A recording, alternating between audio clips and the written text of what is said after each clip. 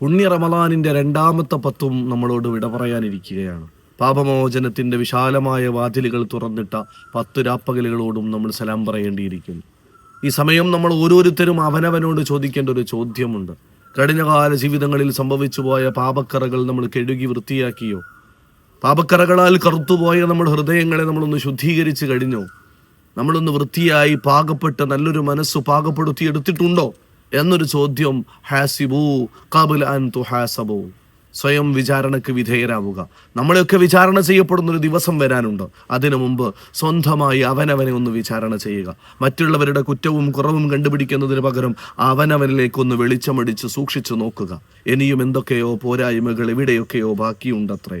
അതും കൂടി കെടുകി വൃത്തിയാക്കി ഈ മഗ്ഫിറത്തിന്റെ 10 അവസാനിക്കുന്നതിന് മുമ്പ് ആ പാപക്കറകൾ മുഴുവനും മായിച്ചു കളയണം. ഇനിയുള്ള കാലം പടച്ചതമ്പുരാന്റെ പൊരുത്തത്തിലായി ജീവിക്കാനാകണം. യജമാനനായ റബ്ബ് നമുക്ക് തൗഫീഖ് തരട്ടെ.